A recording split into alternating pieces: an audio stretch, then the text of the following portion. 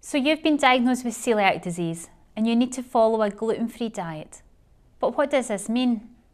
Well, everyone diagnosed with celiac disease should see a dietitian to advise them in more detail. If you haven't seen a dietitian, then ask your consultant or GP to refer you. A gluten-free diet is the only treatment for celiac disease, therefore you'll need to avoid gluten for the rest of your life. That might sound challenging at first, but with lots of education and support, it does get easier. Gluten is a protein found in wheat, rye, barley and oats. The most obvious foods containing gluten are bread, pasta, breakfast cereal and flour.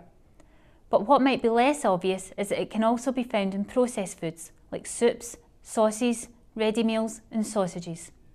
In fact, you need to check any processed foods by either reading the label or by checking the Food and Drink Directory. There are lots of foods naturally free from gluten that you can eat freely.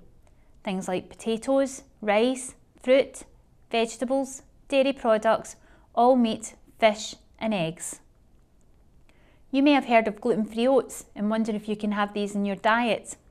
Well, these oats contain a similar protein to gluten and therefore should be avoided. So to summarise, gluten is a protein found in wheat, rye, barley and oats. And once you've been diagnosed with celiac disease, you will need to remove all foods containing gluten from your diet. However, there are many naturally occurring gluten-free foods and foods on prescription, which will help you have a good variety in your diet.